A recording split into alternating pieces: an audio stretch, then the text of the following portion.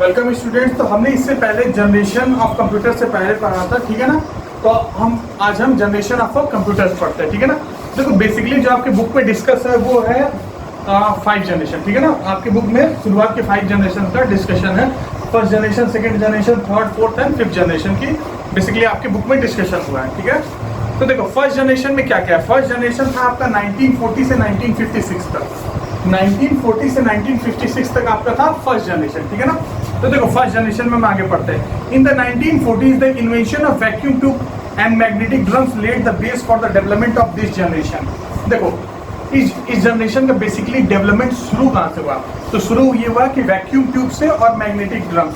जब vacuum tube और जो मैग्नेटिक ड्रम जब इन्वेंट हुए तब बेसिकली इस जनरेशन का स्टार्टिंग हुआ। जब इसके इन्वेंशन से vacuum tubes and magnetic drum से इस जनरेशन की शुरुआत हुई। The features of this generation were the following. जो इस जनरेशन के फीचर्स हैं वो ये हैं। Computers at this time were very large and expensive. जो इस टाइम पे जो फर्स्ट जनरेशन के कंप्यूटर्स थे वो बहुत बड़े थे। इनफैक्ट एक बहुत सारे रूम तक कवर करते थे वो, एंड वेरी एक्सपेंसिव थे, वो बहुत महंगे भी थे।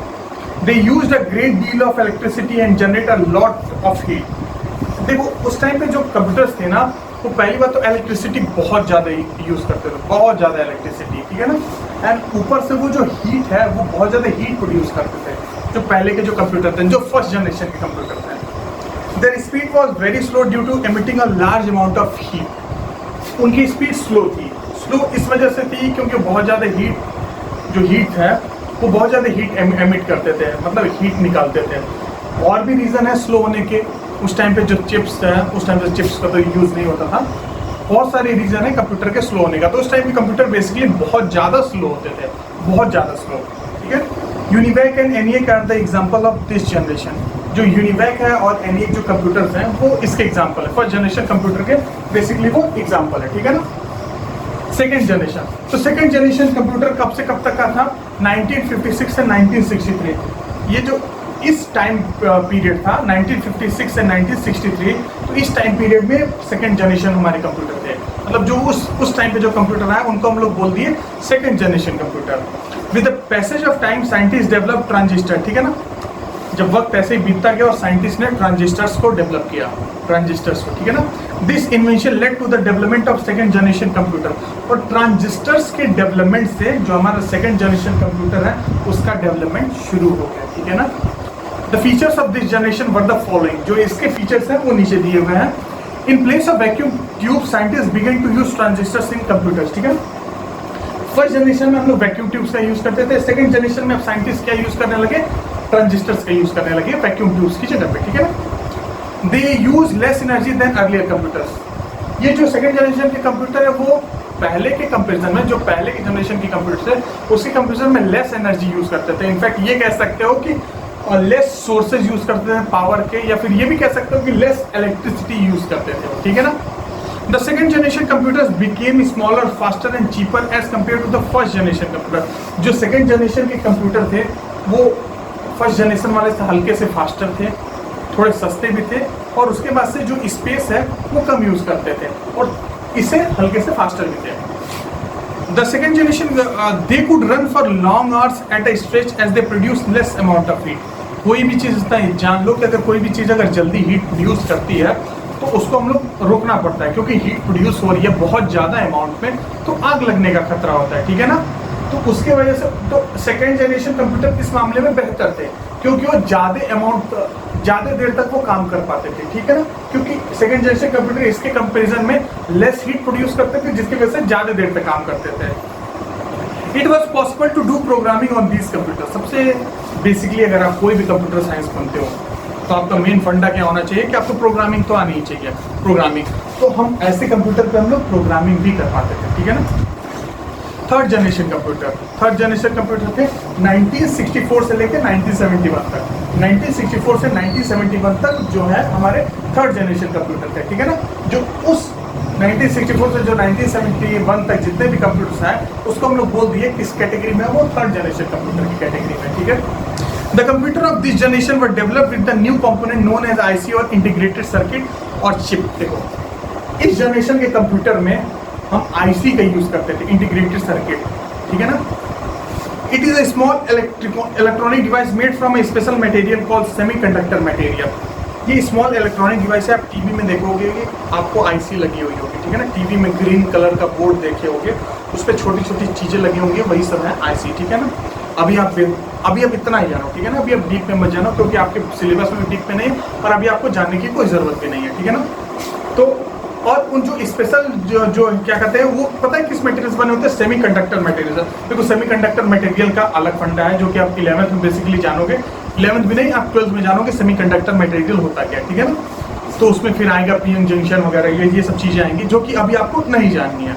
बस इतना जानना है, सिंपल सा है कि ये उस टाइम पे जो कंप्यूटर है वो इंटीग्रेटेड सर्किट का यूज़ करते थे। और दूसरी बड़ी बात है कि जो इंटीग्रेटेड सर्किट है वो किस टाइप के मटेरियल से बने थे, तो वो आपके सेमीकंडक्टर से बने थे, ठीक है ना। ये बस अभी आपको इतना जानना है, ठीक है। ICs can contain more than million electronic components पर चिप।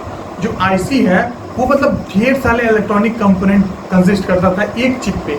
एक छोटी सी चिप होती है ना, उस पर ढेर सारे इलेक्ट्रॉनिक कंपोनेंट्स थे, ठीक है ना। The features of the computers of this generation for the following. देखो जो इस जनरेशन के कंप्यूटर थे उनके ये फीचर्स है। आईसी रिप्लेस ट्रांजिस्टर्स इन कंप्यूटर। सबसे पहले फर्स्ट जनरेशन में वैक्यूम ट्यूब यूज किया। वैक्यूम ट्यूब की जगह सेकंड जनरेशन हमने ट्रांजिस्टर्स को यूज किया। थर्ड जनरेशन में हमने आईसीज को यूज किया, ठीक है ना। ट्रांजिस्टर को हटा के computers for smaller in size in comparison to the previous generation. Second generation के कंपेरिजन में थर्ड जनरेशन वाले जो कंप्यूटर थे वो आपके स्मॉलर थे और चीपर भी थे। चीपर मतलब सस्ते। Silicon chips were use as semiconductor. Semiconductors जो होता था उसमें हम सिलिकॉन चिप्स का यूज करते थे। एज ए सेमीकंडक्टर जो भी डिवाइसेस थे सिलिकॉन चिप्स का यूज करते थे। सिलिकॉन एक मटेरियल है, ठीक है ना। सिलिकॉन एक मटेरियल है, ठीक है। They were faster than the computers of previous generation. Third generation वाले कंप्यूटर जो है वो सेकंड जनरेशन वाले कंप्यूटर से फास्ट काम करते थे, ठीक है ना। अब आते हैं हम लोग फोर्थ जनरेशन कंप्यूटर पे, ठीक है ना। 1971 से टिल डेट तक, मतलब आज भी चल रहा है फोर्थ जनरेशन कंप्यूटर, आज भी, ठीक है ना। 1971 तक हम 1971 से स्टार्ट हुआ, लेकिन आज भी इसका हम लोग कहीं कहीं उपयोग देखते हैं, इनफैक्ट यूज होता है इसका, ठीक है ना। Modern computers belong to the fourth generation computer. जो मॉडर्न कंप्यूटर्स हैं, जो आज के ज़माने के कंप्यूटर्स हैं, ठीक है ना, उनको तुम फोर्थ जनरेशन में कह सकते हो, ठीक है ना। Very large scale integration technology micro processor used in this computer, ठीक है। इसमें पता है इस कंप्यूटर्स में फोर्थ जनरेशन वाले जो कंप्यूटर्स हैं उनमें माइक्रो प्रोसेसर का यूज़ किया जाता था। MUP भी कह सकते हो, MUP भी कह सकते हो, माइक्रो प्रोसेसर उनको हम लोग कहते हैं, ठीक है ना। अभी आपको उतना डीप में नहीं जानना है, सिंपल से इतना जानो कि इसमें माइक्रो प्रोसेसर्स का भी यूज किया जाता था, ठीक है ना। और VLSI टेक्नोलॉजी का यूज़ किया जाता था। VLSI टेक्नोलॉजी, अगर आप electronics and communication ECE department से अगर आप BTech करते हो ECE से, तो आपको उसमें VLSI एक पूरा एक सेमेस्टर में पूरा एक सब्जेक्ट के जैसा आपको पढ़ाया जाएगा, ठीक है। तो उसमें आप बहुत ज़्यादा डिटेल में पढ़ सकते हो, ठीक है ना। अगर आप इलेक्ट्रॉनिक्स एंड कम्युनिकेशन डिपार्टमेंट लेते हो तो इलेक्ट्रॉनिक्स एंड कम्युनिकेशन या फिर इलेक्ट्रॉनिक्स एंड टेलीकम्युनिकेशन, ठीक है ना। तो उस टाइम पे अभी इसके बारे में बहुत ज़्यादा नहीं जानना है, सिंपल इतना जानना है कि इसमें आपको यूज़ किया जाता था माइक्रो प्रोसेसर का यूज़ करते थे, ठीक है ना। The features of the computers of this generation. इस जनरेशन के कंप्यूटर्स के फीचर्स क्या कहते हैं? They used a device called micro processor. मैंने अभी आपको बताया कि इसमें माइक्रो प्रोसेसर का यूज़ किया जाता था, ठीक है ना। They are much smaller in size than the computers of earlier generation. Earlier generation के जितने भी कंप्यूटर हैं, फर्स्ट सेकेंड थर्ड, इनके कंपेरिजन में जो फोर्थ जनरेशन के जो कंप्यूटर थे वो बहुत छोटे थे, बहुत छोटे थे, ठीक है ना। These computers are faster and efficient and widely use, ठीक है ना। ये जो कंप्यूटर्स थे ना वो एक्चुअल में डे टू डे लाइफ में भी यूज़ होने लगे, मतलब आम इंसान भी यूज़ कर रहा है, ठीक है। और ये इसके कंपैरिजन में जो है वो बहुत एफिशिएंट है, यानी कि फास्ट वर्किंग कंप्यूटर्स हैं ये आज के ज़माने के computer. They are very easy to handle. हाँ, इसकी हैंडलिंग भी बहुत इजी है। एक छोटे से टेबल पे भी आ जाता है, तो इसकी हैंडलिंग तो इजी है, ये तो आप जानते ही हो।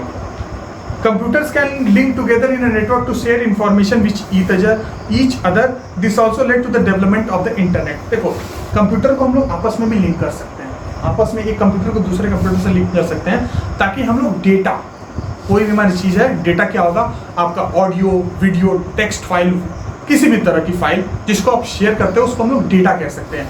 तो उस डेटा की शेयरिंग आपस में कंप्यूटर पे, मतलब एक कंप्यूटर से दूसरे कंप्यूटर भेज सकते हो, दूसरे से तीसरे, ऐसे आप कंप्यूटर्स में ही डेटा की शेयरिंग कर सकते हो। और यही कारण वजह है कि इंटरनेट का जो डेवलपमेंट हुआ, ठीक है ना, इंटरनेट का डेवलपमेंट हो गया। Desktop, laptops and palmtops are the examples of computer of this generation, ठीक है ना। 4th जनरेशन कंप्यूटर के एग्जांपल क्या क्या है? डेस्कटॉप आप जानते हो, यहाँ पे एक मॉनिटर होगा, कीबोर्ड होगा, सीपीयू होगा, माउस होगा। आजकल तो सीपीयू भी नहीं आता है, इनबिल्ट सीपीयू होता है आपके मॉनिटर में, वो होता है। लैपटॉप्स होते हैं, लैपटॉप आपने देखा ही होगा। पाम टॉप्स होगा जो आपके हाथ पे ही आ जाएगा, ठीक है ना। आजकल तो पैम टॉप्स वगैरह उतने यूज़ नहीं होते हैं, लोग मतलब वो यूज़ करते हैं। आईपैड एग्जांपल ले लो, आईपैड वगैरह का यूज़ करते हैं, वो इस जनरेशन के कंप्यूटर में आ जाएंगे।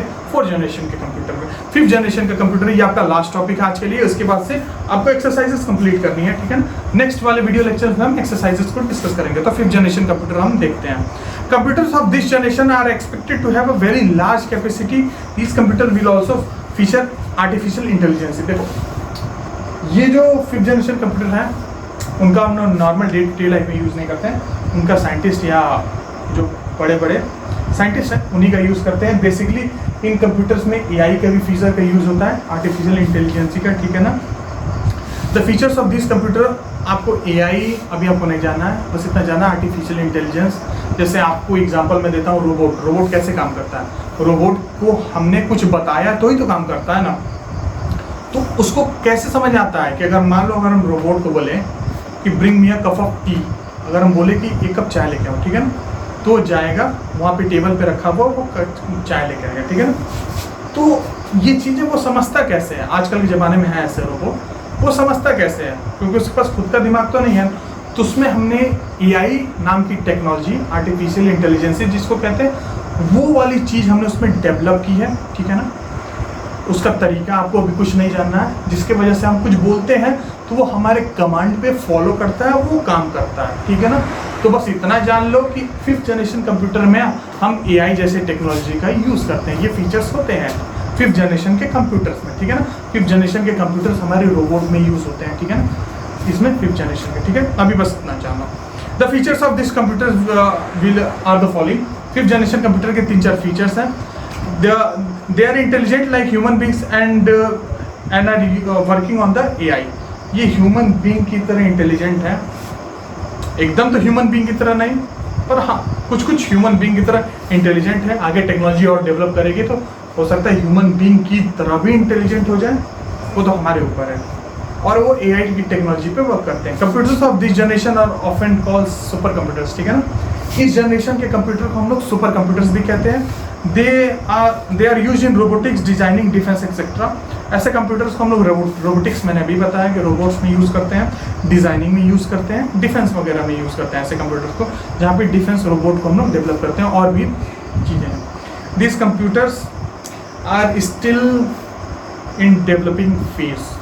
अभी भी ये कंप्यूटर्स डेवलपिंग फेज में। इसका मतलब ये है, बेसिकली इतना समझो कि अभी 100% जो है अभी इनको एफिशिएंट नहीं बनाया गया। कोई भी चीज़ अभी 100% एफिशिएंट नहीं हो सकती है, कुछ हमेशा उसमें चेंजेस आते रहते हैं। 100% एफिशिएंट हो जाएगी, इसका मतलब तो उसको कुछ भी चेंज करने की ज़रूरत नहीं है। हमेशा कुछ ना कुछ कंप्यूटर की टेक्नोलॉजी में इवोल्यूशन होता रहा है। तो ऐसे 5th जनरेशन में भी काम चल रहा है और देखो और आगे इसको बेहतर बनाने की कोशिश की जा रही है। तो आज के लिए बस इतना ही। अब इसके बाद से एक्सरसाइज है, वो एक्सरसाइजेस को आप सॉल्व करना। उसके बाद से हम लोग नेक्स्ट वीडियो लेक्चर में इसको डिस्कस करेंगे। Thank you.